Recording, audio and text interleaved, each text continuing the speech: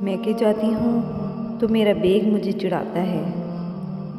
मेहमान हूँ अब ये पल पल मुझे बताता है। अम्मी और बहनें कहती हैं सामान बेग में डाल लो। हर बार कुछ न कुछ छूट ही जाता है।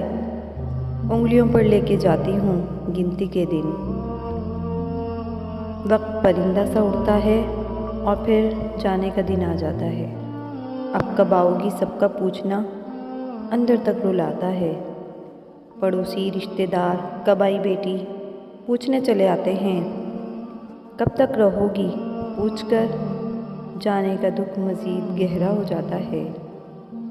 बेटियां शादी के बाद मेहमान होती हैं, लेकिन कौन जाने बेटियों को अपना घर वाकई बहुत याद आता है।